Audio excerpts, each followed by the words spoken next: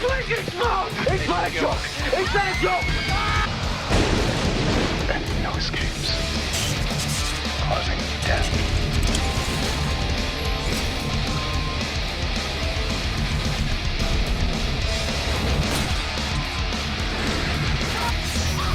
Nobody's safe. The plane, it's gonna blow up, it's gonna blow up.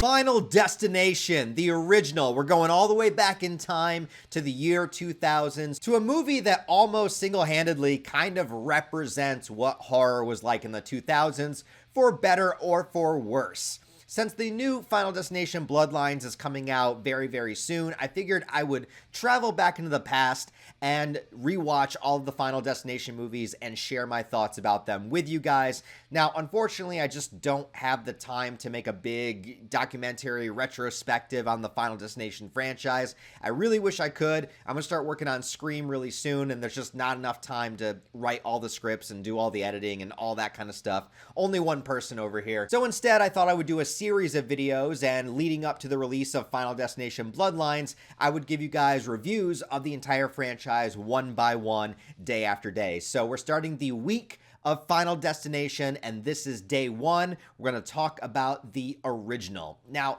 the original is directed by a guy named James Wong, who actually would go on to also direct Final Destination 3, but oddly enough, he also directed Dragon Ball Evolution.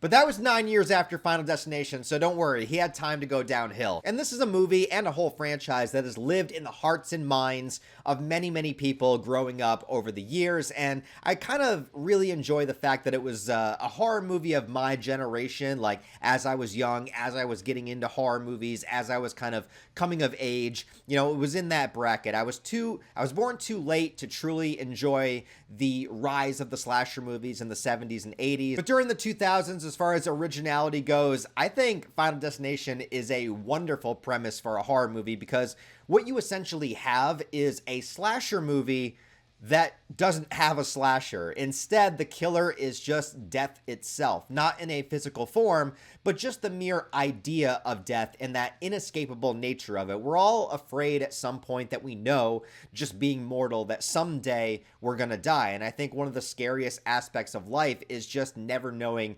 how and when that's going to happen. We like to believe that we're going to last until our old age, but accidents happen all the time. And this movie really plays on that idea that anything could happen at any time. And is it random coincidence, or is it actually tied into fate and destiny? And what can you do to change your fate and to change that destiny? And is there a way around it, or is it inevitable? And no matter how many steps you take to avoid it, by taking those steps, you are actually inadvertently leading to the death itself. And what I like about these movies too is that with the kill scenes, everything that happens is, well, it gets pretty over the top, let's not lie here, but, you know, conceivably, at least as far as conception of the idea goes, everything could just be an accident. But anyways, if you happen to be unfamiliar, what is the premise of this movie? And yes, by the way, I am going to be spoiling the hell out of this franchise as I review these, so don't go into this thinking this is a non-spoiler review. Anyways, so it begins with a group of students that are going to go on a field trip to Paris, and they are going by plane, and the main character is played by Devon Sawa. His name is Alex, and the entire day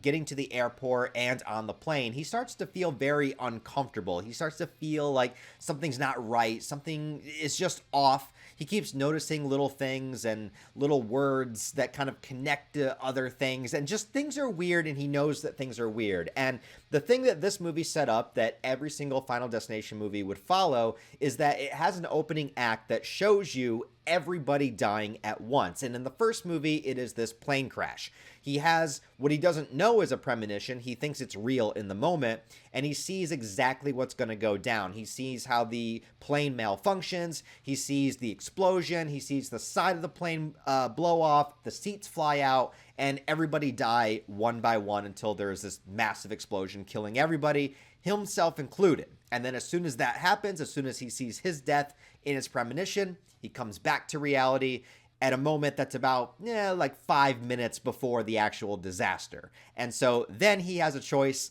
to believe that it's real and try to get off the plane, in which he does, freaks out, A bunch of other people get off the plane with him, some of his friends, Ali Larder's character, who kind of senses that he's onto something, one of the teachers. But the majority of the class stays behind and stays on the plane. So they get kicked off, the plane goes into the sky, and they all see from the airport windows, plane explodes just like he had seen in his premonition. So the idea here is that although they did escape the plane crash, Death's design still planned for them to die that day, and death is coming for them. And through a series of unfortunate events, the people that were on the plane start to be killed off one by seemingly accidental things. Now, I will say, compared to all of the other opening acts of the Final Destination movies, the plane crash actually happens really quick. You might remember it a little bit differently if you haven't seen the movie in a while, kind of like I have, where you think it's this long, ongoing death after death after death, but the plane crash really happens very fast in the premonition, whereas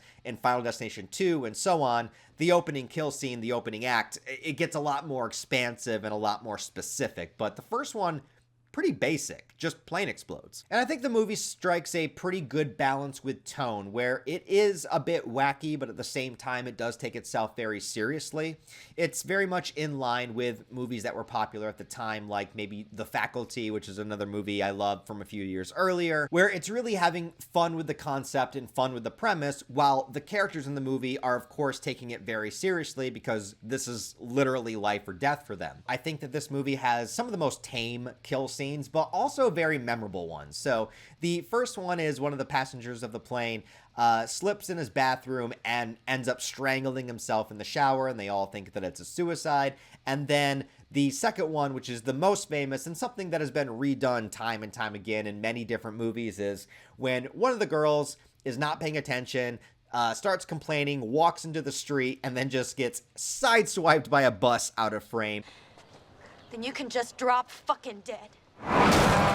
It's something that we've seen so many times in so many movies, but I gotta say, it kind of works the best in this movie than any of the others. The teacher's death is the most elaborate here, with everything going wrong in her house, and this also starts up the trend that we'd see in future Final Destination movies, where we see all the glimpses of things that could happen. She turns on the burner of her stove, and there's a close-up of the fire, and, you know, then we see the mug that she has, and there's a crack in the mug, and all of these different things that could happen. And eventually, her computer screen explodes, she gets glass stuck in her neck, slips on the blood coming out of her neck, goes to grab one of the towels that is conveniently placed over her knife rack, and then the knives all fall on her, but that's right before her entire house explodes.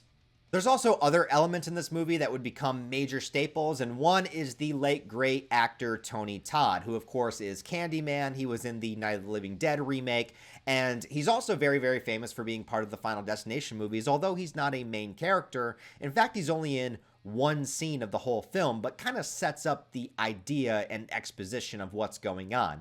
But it's a lot of what the characters infer. Like, just rewatching the movie, it's actually kind of funny how much he doesn't really tell them. He just is kind of ominous about it. Like, they go to see one of the dead bodies of the kid that died in the bathroom, and Tony is the mortician working on the dead body, and basically he just says, there's no escaping death. It's going to come for you no matter what. We're all just kind of like pawns in death's game. And through that, you know, Devon Sawa's character and everybody else just kind of infers, oh, that means that death is still coming for us. And then he figures out the order that people died in the plane, and then starts to try to warn everybody as to who would be killed in what order. And the movie kind of goes from there. So Tony Todd, at least in the first movie, doesn't really tell them what's happening. He just basically says, yeah, you can't avoid death. And then from that, the plot is made. But then there's also little additions to the lore where if you manage to save somebody that's next in line, like, for example, the character of Carter that's stuck on the train tracks and Alex manages to save him, well, he was next in line, but since he got saved from the train, it skips him and goes to the next person, which was Sean William Scott character. And then it repeats from there. And then after it's done, it'll go back to the original person it was supposed to kill before. So even in the first movie, they're implementing these little ideas of lore and these ideas of how you can escape fate just a little bit longer and have it skip you momentarily. And yeah, Sean William Scott is the other character in this movie who was extremely popular at the time. Kind of sad to see that his career sort of disappeared because during the late 90s and early 2000s, I mean, you couldn't go 5 movies releasing without seeing Seann William Scott somewhere. So he's in this movie too, gets beheaded. Pretty great. And of course, Devon Sawa in the lead role. You know, I've always been a big fan of him as well. Check out the movie Idle Hands if you guys haven't. Came out kind of around the same time. As does Ali Larter, who is Clear, and she's another actress that I always think she's really great in stuff. Just she's never really ended up in a great movie, except for like Final Destination 1 and 2. But actually, I do have several gripes with the first Final Destination movie.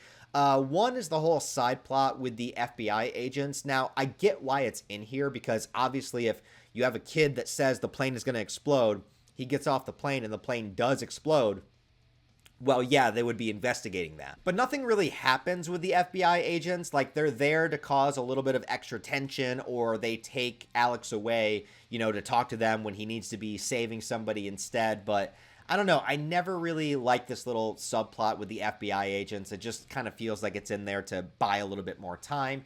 And also, I think that the climax of this movie is kind of underwhelming. I think the tension and build-up and the first 2 acts are great. But then there's a whole segment where Devon Sawa, Alex, the character, he believes that he's next, so he's doing all these things to prepare, and then realizes, oh no, it's not actually me, it's Clear. So he has to go save her, and it just, I don't know, like, it's not as exhilarating or even scary as you want it to be at the end. I feel like the whole ending sequence is just very lackluster, and the movie kind of goes out on a fizzle, and then it has the ending tag where the 3 remaining characters actually do go to Paris, and the sign falls, and right before it kills Carter, it cuts to black. And I also was always agitated by that ending too. It's okay once we got sequels, but at the time I was like, really? It just ends there? So it's like, is he still going to be, are they all 3 of them going to be killed? It leaves you in suspense, doesn't give you a clear-cut ending. But I guess maybe even back then they were thinking about doing sequels. So now overall, I don't think this movie is some kind of masterpiece by any stretch of the imagination, but I do think this is a very fun ride of a film. I think it has really good characters, and I very much enjoy the premise, especially at the time, considering this is the first Final Destination. This was a really original idea where you're not having some kind of killer, you're not having somebody in a mask, you're not having something paranormal, so to speak. You're just having this idea that fate is real, and that if you are destined to die, no matter how you try to escape it, it's still coming for you, which is a really terrifying thought. And it does play a little bit more into like the suspense thriller genre rather than just straight up horror. But the horror element of just the fear of death is something that I think everybody can relate to, and also probably why this franchise went on as long as it did. Anyways, guys, this is a fun plan and experiment I have to review all the Final Destination movies for you. So I will have Final Destination 2 up for you guys very soon. We'll do 3, 4, and 5, and then we'll review the new movie Bloodline. So this is going to be Final Destination week. So if you're a Final Destination fan, this will be the best week for you on the channel. If you don't care, well, no one's watching anyways. So thank you guys. I appreciate you. Thank you guys very much. Give the video a like and a thumbs up. Let me know that you liked it. Help it out in the algorithm. If you want support on a deeper level, I do have Patreon channel memberships and all that stuff there. Other than that, guys, I hope you have a wonderful day. Be safe out there. And if you have any premonitions about anything, don't let me know, because it seems like the alternate deaths are way worse than just dying quick in an explosion. Anyways, thanks for watching, guys. We'll see you.